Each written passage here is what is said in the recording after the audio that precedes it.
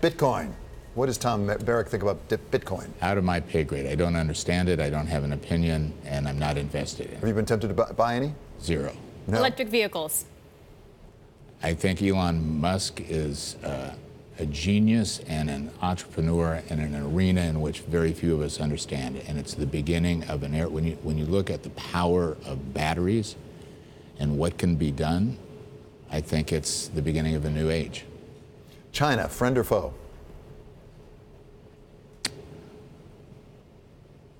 China is the challenge. Whether it's a friend or foe, I think you have to say for China's growth and benefit, President Xi has the same view as President Trump, that it's China first, and they are a power, and they are good, and they move on a dime. And with super core powers that President Xi has, he can outweigh any presidential four-year term or congressional enactment that there is. And I think we have to not be naive and say China has one belt, one road. We should take the Americas and have one belt, one road and compete with them head to head. So Treasuries, 2.6%. It's a buy. You be buying the long end? Yes. Why? I think if you look at the economies all over the world and say what's likely to happen and how do you fuel it, and do we have inflation or deflation, and the fear of inflation going forward is hard for me to understand. So you'd be buying no inflation, buying the long end. What about the short end?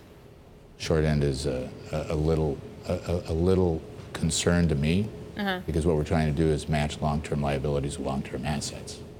Middle East, you spent a lot of time over there, and it seems like everywhere you look there's a problem. Whether it's Jerusalem with the Palestinians, whether it's Saudi Arabia with Qatar, whether it's Iran. What's the future?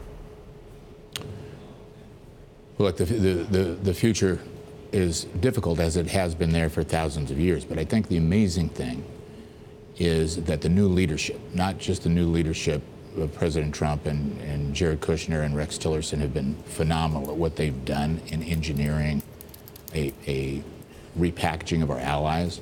And I think Saudi Arabia and the Emirates, hopefully soon they'll re-include Qatar, forming the Gulf bloc with Israel as at least a negotiating stand with Iran is a tremendous move forward. And the young leadership, Mohammed bin Salman in Saudi Arabia, Mohammed bin Zayed in Abu Dhabi, are all moving in that direction now with Netanyahu. This has never been done. Iran, Turkey, Russia, China are a challenge. So I think you need the good graces of a cadence of diplomacy of the State Department and keep those communication lines open. And the boldness of the moves of all these young leaders is dangerous but necessary. These are archaic structures that were based on us supporting dynasties for an oil curse, so that the West could harvest the resources from the Middle East. And now we've left them with what they started with in the first place, with sands and tens of millions of population of young people without economic hope. So I think you see these young leaders, along with us, trying to bridge that. But it's not going to come quickly, and it won't come easily. Banks.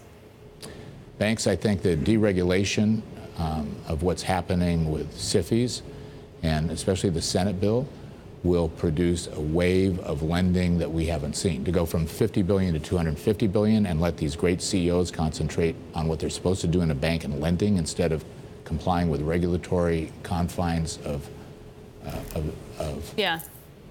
Fed chair. Good choice. Fed chair who? No. Who good choice? It'll be a good choice. Vice chair. Sorry, vice chair. I don't know. Who do you want to see?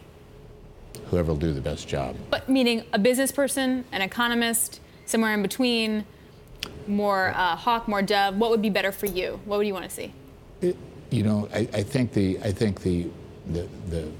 Fed balance is important, just to have consistency and predictability and transparency. So I don't view it hawkish or dovish. Dollar, up or down?